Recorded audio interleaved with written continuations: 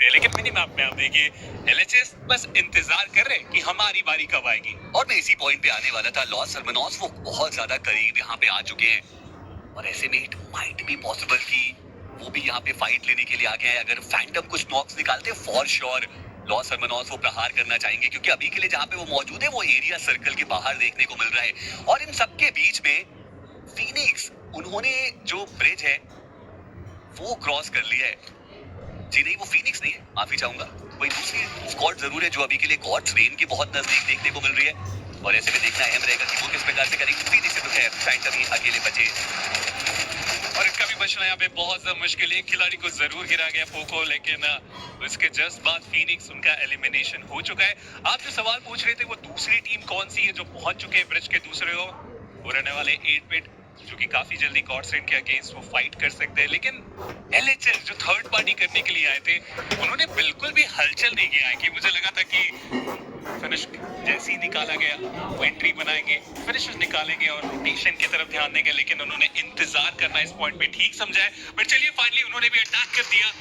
ये 3v3 की battle जहां पे मेटा निंजा उनके पास उतनी बेहतर लूट नहीं है, बैकलाइन से वो ग्रेनेड्स भी आ रहे, स्प्लैश डैमेज वो यहाँ पे ढूंढना चाह रहे थे, बट उन स्मोक के कारण एलएचएस भी जल्दबाजी नहीं कर रहे। उन्हें पता है कि अगर एक भी खिलाड़ी को गिराया गया तो ये पूरा फाइट हमारे अगेंस्ट जा सकता है। ड्रैगन वो इत्मीनान से बैठ चुके हैं, टीबीएस उनके हाथों में, बैकलाइन से काला जो कि ग्रेनेड कर रहे थे, उन्होंने भी मौके का फायदा उठाते हुए एंट्री बनाई। बट शैडो, क्या कमाल का वो जंप शॉट था, पोको सरप्राइज हो गए उस पॉइंट पे। जी हाँ, और अब सिर्फ 2 ही खिलाड़ी बचते हैं मेटा निंजा के। रीपर अभी तक उन्होंने अपनी टीम को संभाला है और अब बारी ड्रैगन की है। एक नॉक निकाला बट इंस्टेंट ट्रेड आया, but reaper he still standing strong. एक ओपनिंग उन्होंने क्रिएट की है, लेकिन अब जो डैमेज है वो उनके ऊपर बहुत ज्यादा आ चुका है और यहाँ से बच पाना वो मुश्किल रहेगा। बहुत सरबनौस अभी भी वो थोड़ा रुक के आगे आना चाहते, बट फाइनली वो जंप शॉट आया और मेटा निंजा इस मुकाबले से मात्र 4 अंक वो निकाल पाए और इन 4 अंकों के साथ आंकड़ा पहुंचा है 44 पे। बचे हैं मात्र 4 मुकाबले और निकालने पड़ेंगे 60 लगभग पॉइंट्स। बहुत मुश्किल सवाल आपने पूछ दिया है कि उनके लिए यहाँ से सीधा ग्रैंड फाइनल की तरफ रास्ता तो मैं मुश्किल से भरा हुआ देख रहा हूँ। लेकिन इन कंपाउंड्स की यही खासियत है ना कि एक फाइट की शुरुआत होती है तो बैक टू बैक टीम्स आती ही चली जाती है। एलएचएस हाँ इस फाइट को जीत चुके हैं, लेकिन ट्रू रिपर्स अब उनकी बारी आ चुकी है। अक्सर हमने देखा है कि जब भी सदर्न साइड का सर्कल बनता है तो ट्रू रिपर्स वो टीम रहती है जो नोवर अपना के आसपास अपना कंट्रोल बनाते हैं। बट इस बार ड्रॉप में थोड़ा सा चेंजेस किया गया और उसके कारण ही ये फाइट की पॉसिबिलिटी हो रही है। लेकिन क्या इस पॉइंट पे फाइट करना एकमात्र रास्ता, क्योंकि सर्कल वो पूरी तरीके से मिलिट्री बेस की तरफ जा रहा है। ऐसे में ट्रू रिपर्स ने भी अच्छा डिसीजन लिया, इस फाइट में फंसेंगे, डिले होगा, तीसरा स्टेज बनेगा, काम बढ़ जाएगा, तो उन्होंने बोला कि चलिए बाद में फाइट करेंगे। और ये जोन का शिफ्ट काफी इंटरेस्टिंग देखने को मिल रहा है। ये एक हार्ड नॉर्थ वेस्टर्न शिफ्ट आया है। क्या मेटा में कुछ बदलाव, क्या सर्कल और ऊपर जा सकता है, ये भी काफी इंपॉर्टेंट बात रहेगी, क्योंकि आप देखिए सर्कल बनते ही ट्रू रिपर्स उन्होंने अपनी रोटेशन इनिशिएट कर लिया है। गॉड लाइक की बात करें, उन्होंने अपनी रोटेशन इनिशिएट की है और राउंड द सर्कल वो जाना चाहते हैं। बट ओरंगुटन के आरू वो इस ब्रिज के ऊपर और टीम सोल वो गेट कीप करने की कोशिश जरूर करने वाले हैं। मजा आएगा इस टसल को देखने में। और टीम सोल के बाकी के प्लेयर्स भी ज्यादा पीछे मौजूद नहीं है, व्हीकल्स उनके पास है, इंस्टेंटली वो कवर देने के लिए भी आ सकते हैं। बट आरू, हमने कई बार इनको सोशल मीडिया पे भी देखा है, टिप्स एंड ट्रिक्स बहुत सारी वो शेयर करते हैं और गॉब्लिन को स्पॉट कर लिया है और गॉब्लिन को भी पता है कि कोई तो ऊपर मौजूद है। और अब तो गॉब्लिन बहुत ज्यादा एक्सपोज्ड है, शॉट लेने की कोशिश की और आरू फाइनली वो नॉक निकालते हुए नजर आएंगे। और अब देखना ये कि टीम सोल, क्या उनका बैकअप यहाँ पे आने वाला है, क्या वो इस फाइट में इंटरेस्टेड भी रहेंगे या ये एक बैड फाइट समझी जाएगी यहाँ से। टीम सोल ने बहुत जल्दी ब्रिज को क्रॉस किया था, जिसके कारण लूट उनके पास थी नहीं। और गॉब्लिन जिस तरीके से आगे पीछे हो रहे थे, मुझे नहीं लगता आरू के पोजीशन से वो वाकिफ थे। काफी आसानी से वो नॉक और बचे हुए जो खिलाड़ी है उन्होंने भी ब्रिज को क्रॉस कर लिया। टीम सोल जो ब्रिज ब्लॉक करना चाह रहे थे, अब वो मौका नहीं है, यहाँ से उन्हें बच के निकलने की जरूरत पड़ेगी। गॉब्लिन उनका कंफर्मेशन आएगा, लेकिन ये क्या, आरू गिर के नॉक हो जाएंगे। अगर फिनिश फीड को टीम सोल अच्छे तरीके से रीड करे तो एक पॉसिबिलिटी हो सकती है, लेकिन आतंकी आएंगे, गॉब्लिन को बाहर करेंगे ताकि टीम सोल को ज्यादा इंफॉर्मेशन ना मिल पाए इस ब्रिज के राउंड। और दूसरे ब्रिज पे भी जो टसल है वो हमें देखने को मिल रही है। जेली उनको डाउन किया जाएगा, अकेले वो यहाँ पे पकड़े गए आइसोलेटेड। हालांकि जो बाकी के प्लेयर्स है वो भी आएंगे। हर्ष, उनके पास हाइट का एडवांटेज है, क्यूलमा उनके पास भी वो हाइट का एडवांटेज है, लेकिन पलटवार आया और हर्ष, उन्होंने एक नॉक जरूर निकाला बट इविल वो थे जिन्होंने हर्ष को डाउन किया। गालन, उनका फिनिश कंफर्मेशन आएगा। हाइड्रो, उन्होंने इविल को डाउन किया है और लॉस सरवनॉस ऐसा लग तो रहा था कि ये फाइट वो जीत सकते हैं, पर अब एक 1v2 की स्थिति बन चुकी है और उस प्लेयर की पोजीशन भी पूरी तरीके से रिवील्ड है। हाइड्रो उनके जस्ट सामने वो खिलाड़ी मौजूद है, डैमेज उन्होंने जरूर दिया, लेकिन इंस्टेंटली जो पलटवार है वो भी आ रहा है। पर ये एक बेहतर स्ट्रेटजी, हाइड्रो वो ग्रेनेड्स के साथ आगाज करना चाहते हैं, ग्रेनेड करीब जाएगा, डैमेज भी वहां मिल देंगे, बट शैडो उन सब के बावजूद अगेंस्ट ऑल ऑड्स वो नॉक निकालते हुए नजर आएंगे और वो जो फिनिश कंफर्मेशन है वो भी निकालने की कोशिश। क्या बढ़िया गेम प्ले, क्या प्रिसाइज जो स्प्रे है वो शैडो ने दिया यहाँ पे। पूरे तरीके से ओपन थे, शैडो कैसे बचने में कामयाब हो सकते हैं। ट्रिपर्स एक बहुत बड़ी गलती हुई है जिसका खामियाजा यहाँ पे भुगतना पड़ेगा।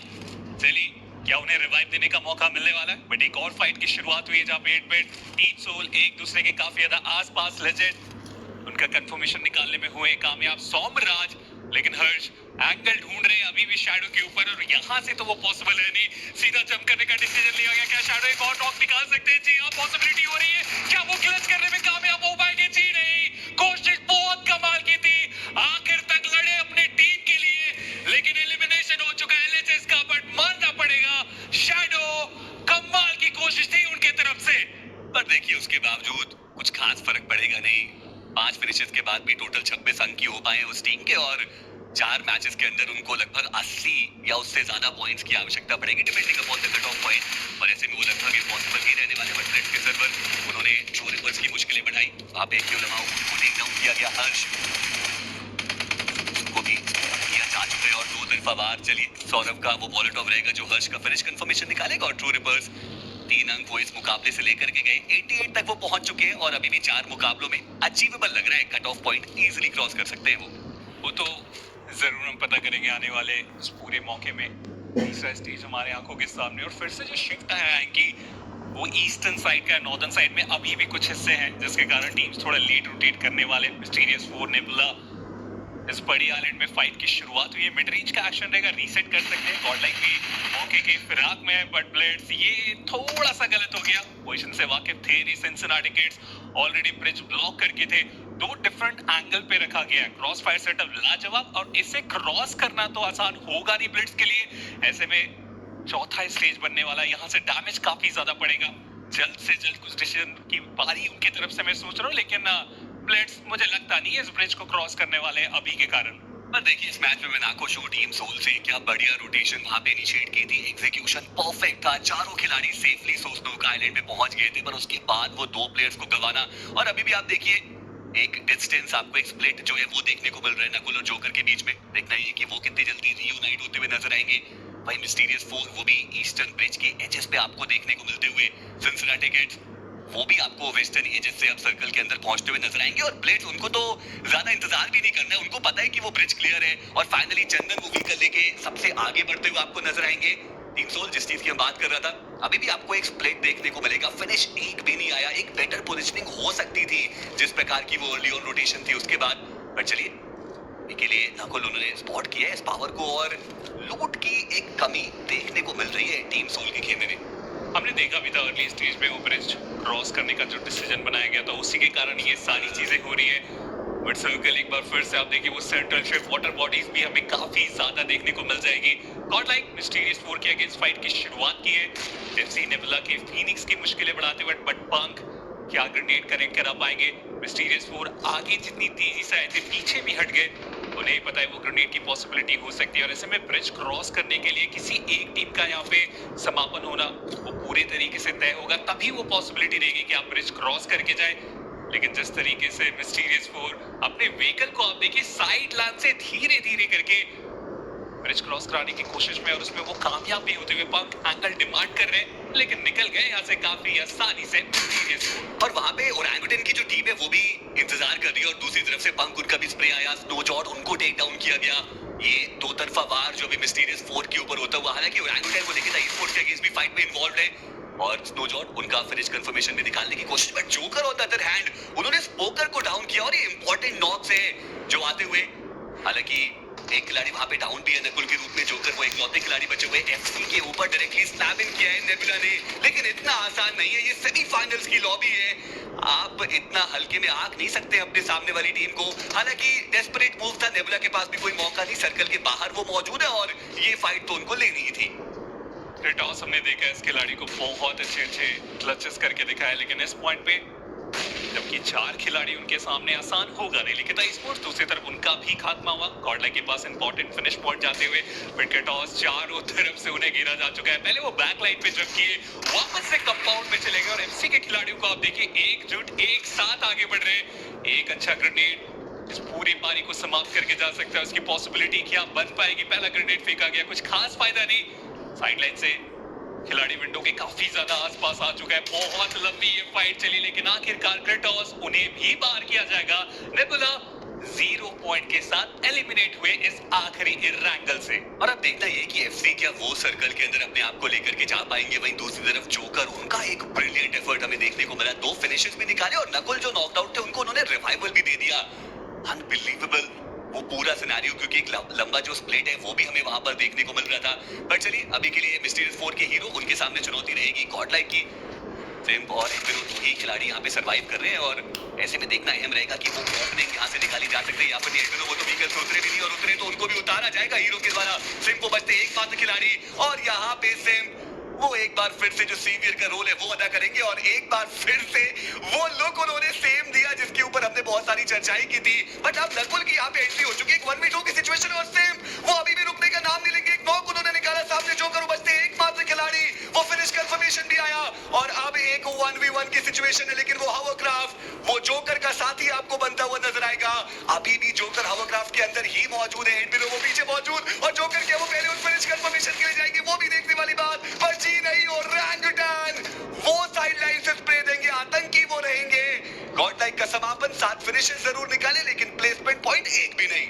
बट फिर भी 100 का आंकड़ा क्रॉस करने में कामयाब हो चुके। 101 टोटल पॉइंट्स यहाँ पे हो चुके हैं गॉडलाइक के पास और उस ग्रैंड फाइनल के काफी ज्यादा पास पहुंचते हुए इस मुकाबले के बाद ओजी सही वक्त में वो अटैक किया गया। बट मानना पड़ेगा आखिर तक उस पूरे बैटल में कोशिश की गई जोकर की तरफ से भी कि वो कुछ इंपॉर्टेंट फिनिश निकाल के जाए और यहाँ से कोशिश रहने वाली है कि सर्वाइवल जितना ज्यादा वो पॉइंट्स निकाले उतना ज्यादा बेहतर।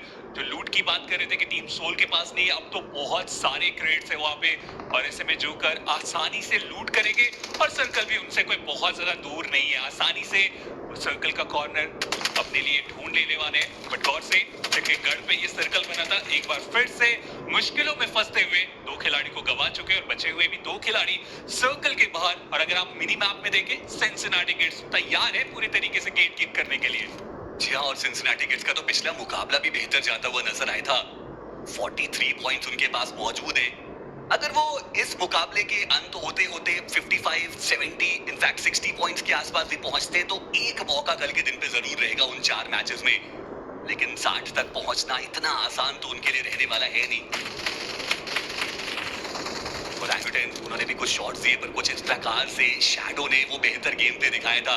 उम्मीद थी नहीं मुझे कि वो नॉक वहां से आने वाला है। लगातार वो स्प्रेस दे रहे थे, ग्रेनेड्स का भी इस्तेमाल वहां पे किया गया।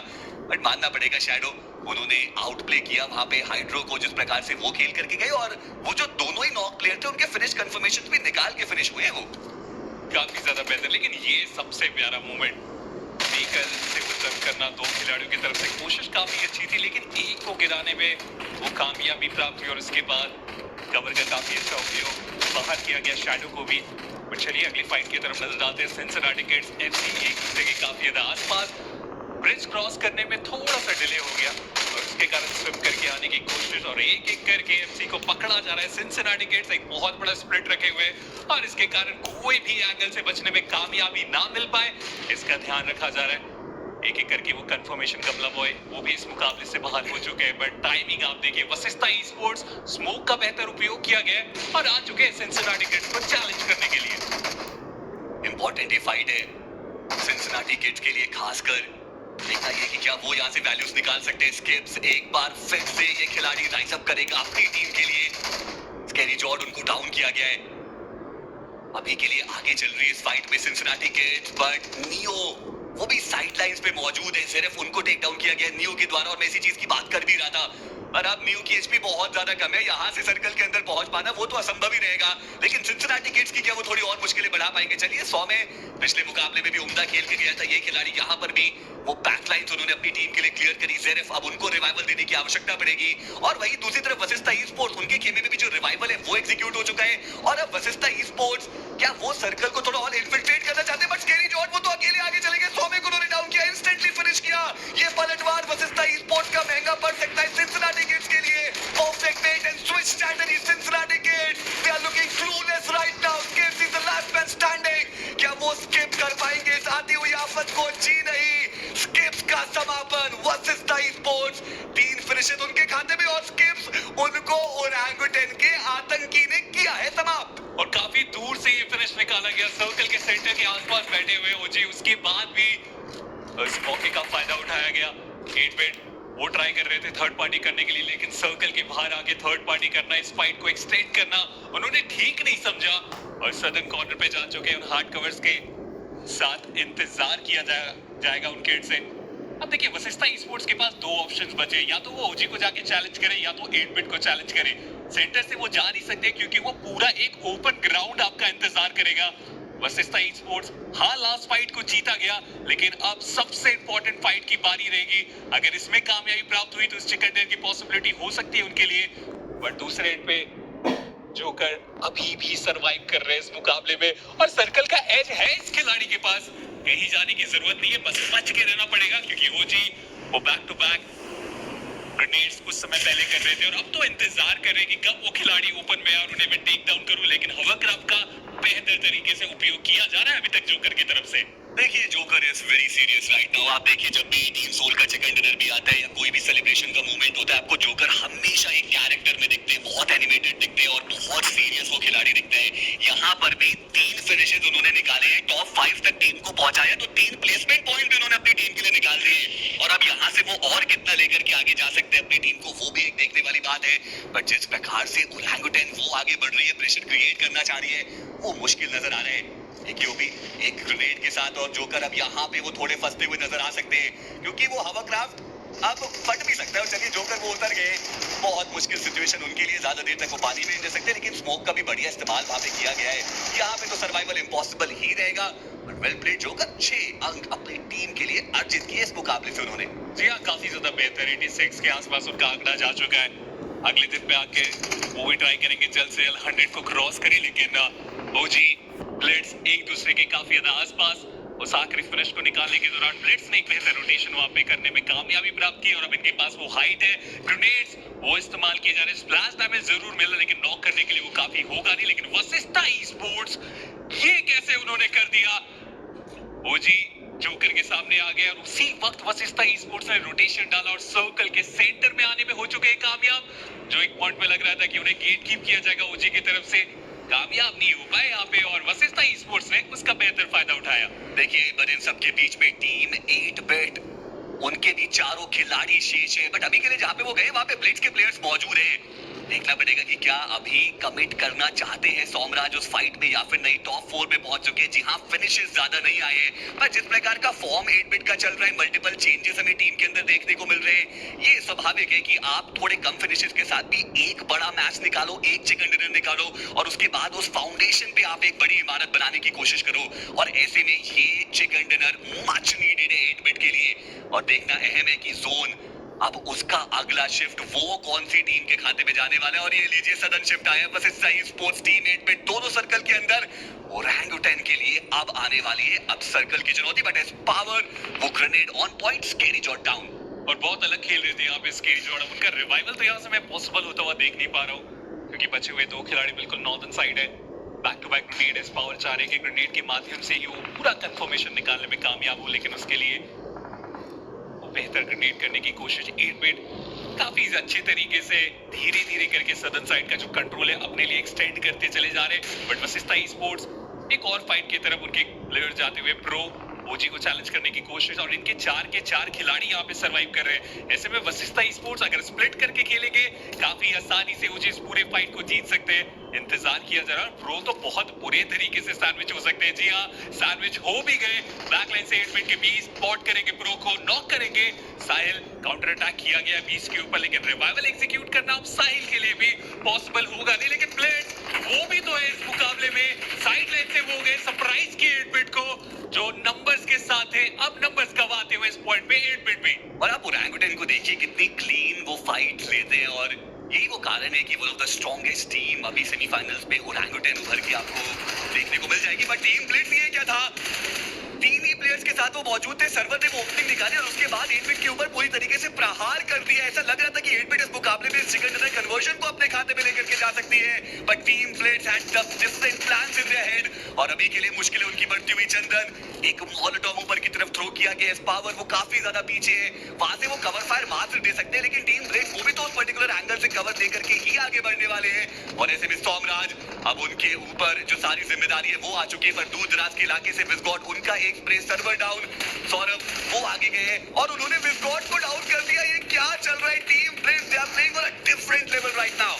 व्हीकल स्टार्ट करके मानो वो ब्रेक लगाना भूल गए, लेकिन ओजी ने फाइनली वो ब्रेक लगाया। सौरभ के ऊपर एलिमिनेट किया गया। 7 टोटल फिनिशर निकाले जा चुके। सोमराज एक अलग एंगल पे नॉक है, तो उनका भी रिवाइवल यहाँ से नामुमकिन। इसका मतलब इस पावर इकलौते खिलाड़ी है अपनी टीम के लिए। ओजी को चैलेंज यहाँ पे किया जा चुका है। विस्कॉट उनका क्या कंफर्मेशन यहाँ पे निकाल पाएंगे? जी नहीं, ऑफ गार्ड पकड़े गए। हल्का सा वो एंगल काफी था आतंकी के लिए। 8 टोटल फिनिशर निकाले जा चुके हैं, और अब लग तो रहा है कि एक आसान सा विनर चिकन डिनर ओजी अपने खाते पे लेके जाने वाले। ब्लिट्स अभी भी हार नहीं माने, वो रिवाइवल देने की कोशिश, और काफी आसानी से सर्वर को रिवाइव भी दे दिया जाएगा।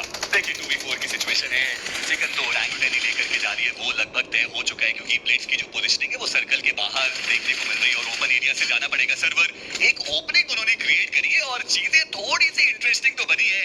एक ही ओपी अब वो आगे की तरफ मौजूद। टीम ब्लिट्स वो हार मानने को तैयार नहीं, और एक ही ओपी उनको डाउन किया जाएगा चंदन के द्वारा, जो टेबल से वो टर्न हो चुकी है। टीम ओरंगुटन मुश्किलें उनकी थोड़ी सी ज्यादा बढ़ती हुई।